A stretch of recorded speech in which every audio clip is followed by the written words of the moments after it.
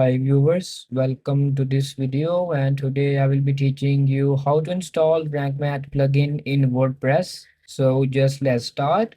So first of all, you guys have to open up your WordPress dashboard, and after opening up your WordPress dashboard, you guys have to go on to your plugin section.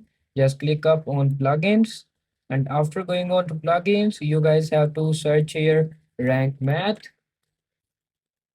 Just search it, and after searching it, just click up on this first plugin, and you guys have to activate it. And after activating it, you guys just have to set up the wizard, and after setting up the wizard, there will be different things you can set up, just like Google Schema, optimize unlimited keywords, content AI, or all these things you guys can configure.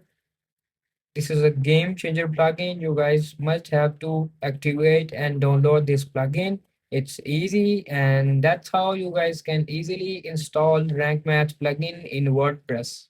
If you find this video helpful, please like and subscribe to this channel, and thanks for watching.